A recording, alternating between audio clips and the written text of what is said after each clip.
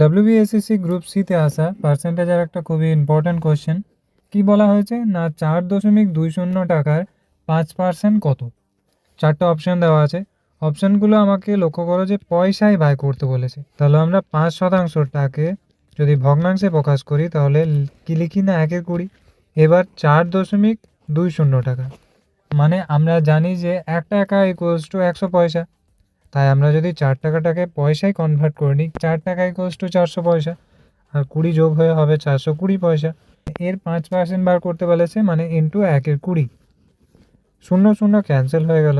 যদি 42কে 2 দ্বারা কাটি বেরোবে 21। এবার 21টা কি বেরোলো না 21 পয়সা। তাহলে চারটা অপশানের মধ্যে 21 পয়সা একটি মাত্র অপশানে আমরা দেখতে পাচ্ছি, অপশান সিতে। তাই অপশান সিটাই হয়ে যাবে এই কোয়েশ্চেনের সঠিক উত্তর। সেম একই কোয়েশ্চেন যা জেল পুলিশ এক্সাম 2019-এ এসেছে।